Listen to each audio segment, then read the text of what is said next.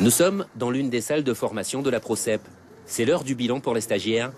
Ils préparent leur dossier en vue du passage de certification du BPJEPS LTP-AS, le brevet professionnel de la jeunesse, de l'éducation populaire et du sport, loisirs tout public ou dans l'animation sociale, est un diplôme de niveau 4, équivalent bac, voire début fac.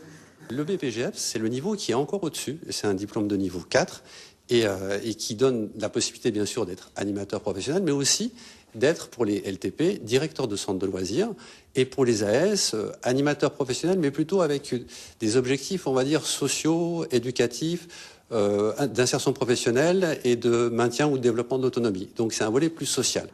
Parmi les 9 stagiaires présents, il y a Joëlle Oulapilé.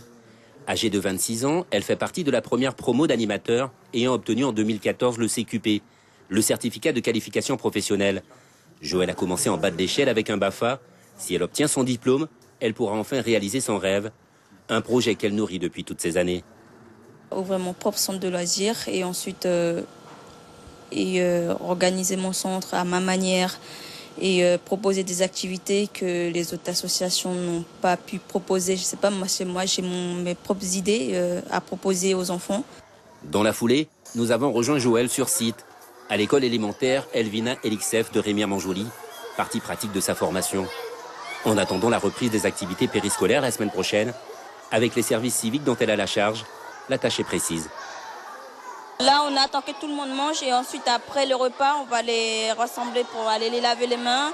Et ensuite, on va tous les rassembler et ensuite, on les prend par groupe. Et après, on fait des animations avec eux. La commune de Remire-Montjoly, l'une des pionnières en matière d'activités périscolaires, a optimisé le dispositif pour cette nouvelle année. Les équipes ont été renforcées avec l'apport de son service public, 27 points d'appui à la vie associative, sans oublier outils et matériel pédagogique mis à disposition. Les moyens sont toujours aussi conséquents de la part de la collectivité. Je rappelle que c'est 900 000 € d'investis pour le dispositif périscolaire. Chaque année ? Chaque année. Donc c'est vraiment, et c'est à peu près 200 personnes qui travaillent sur le dispositif périscolaire. Donc c'est quand même pas rien.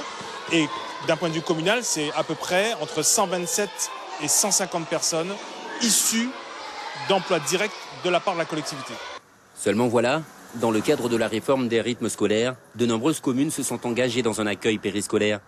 Mais au final, malgré l'offre qui se développe sur le territoire, peu de collectivités ont anticipé la formation et la qualification des encadrants.